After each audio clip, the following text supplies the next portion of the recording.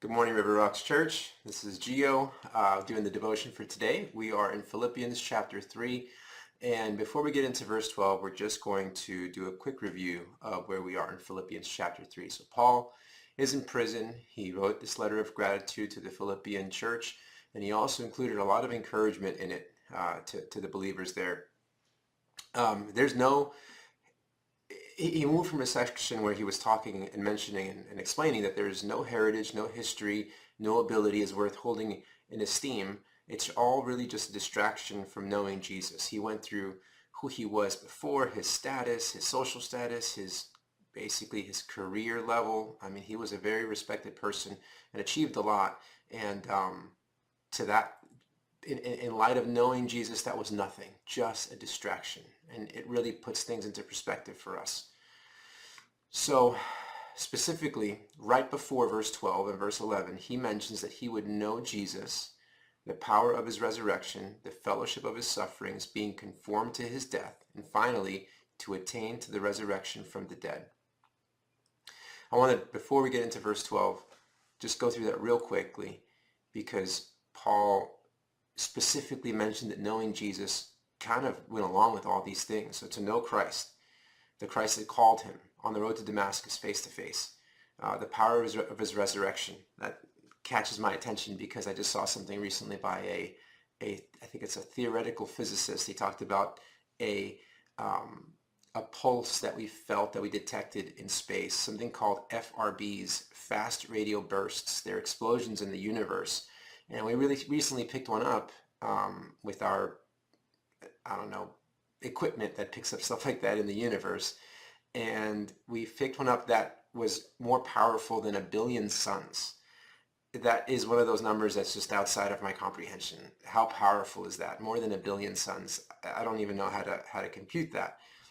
Well, you measure that in light of the power of the resurrection that defeated death, that took the full wrath of God's punishment on sin, past, present, future. And Jesus defeated that. The power of his resurrection defeated death. That takes 1 billion suns and makes it like nothing. Like it's unbelievable. The power of his resurrection. Paul wanted to know that. Paul wanted to know the fellowship of his sufferings and to be conformed to his death. For us, we can observe the physical. We can have doctors talk about this is, the condition of Jesus's heart. This is the blood loss condition. This is the fluids that he was operating under. And these are the things that happen to you. And we can try to articulate what that physical suffering is.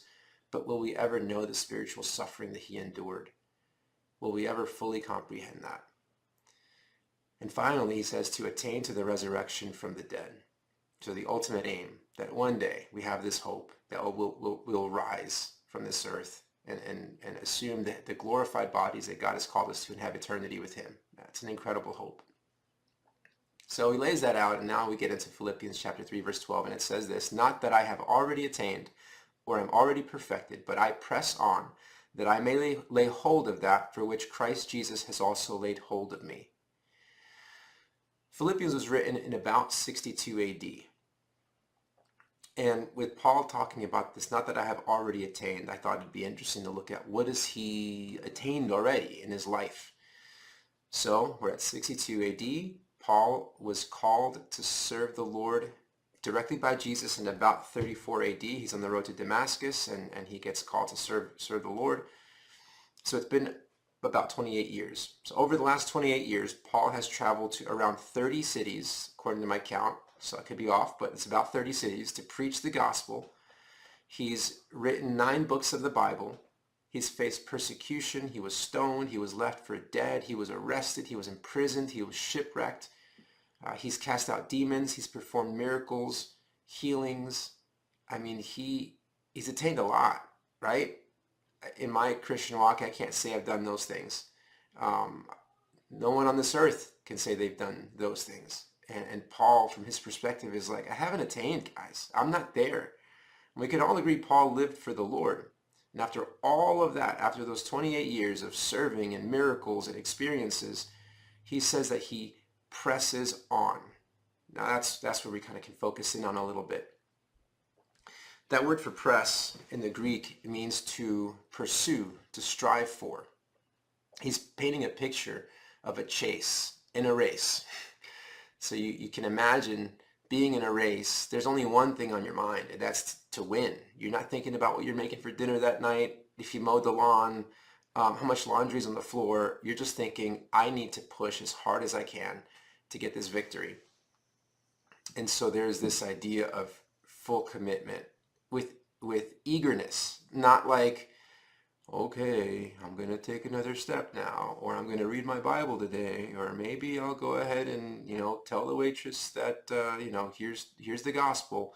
There's an absolute enthusiasm and almost aggression to say, I need to do this. This is important. Regardless of how much he knows the Lord, his resurrection power, his sufferings, how many years he's been a Christian, he's still striving for that which Jesus laid hold of him. And that's the other thing we're going to talk about real quick. What did Jesus lay hold of Paul for? Why did he grasp him? To save him, right? To conform him into the image of Jesus, to give him a heavenly hope, for him to serve, for him to preach the gospel to others, to build the kingdom. And so Paul says in turn, Jesus laid hold of me for those things. I want to lay hold on to those things in my life. I want to be sanctified. I want to serve. I want to one day lay hold of the heavenly hope that I have. I want to have a saving faith that's going to keep me in the love of God day after day, year after year, until the day he calls me home. And so that's our challenge for today. Jesus laid hold of us. Let's press on. Let's strive for those things, that which Jesus laid hold of us. Be sanctified, serve. Remember, we have a hope that this world can never touch, never take away. And so be encouraged, push, go, run the race, guys. God bless you.